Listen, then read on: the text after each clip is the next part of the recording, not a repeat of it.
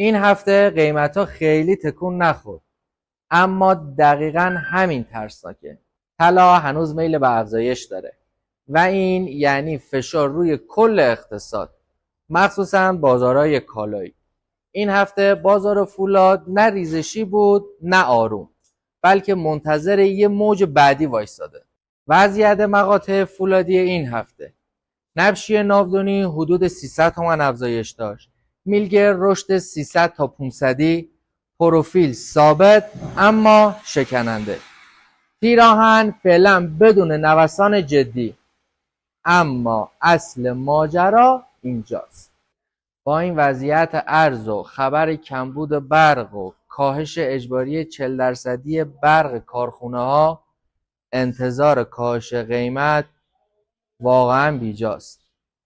بازاری که همزمان فشار ارزی داره، محدودیت تولید داره، انتظارات تورمی بالاست، اصلا ظرفیت ارزونی نداره. یه جنبندی کوتاه و شفاف: بازار آهن تو فاز تثبیت قبل از افزایشیه.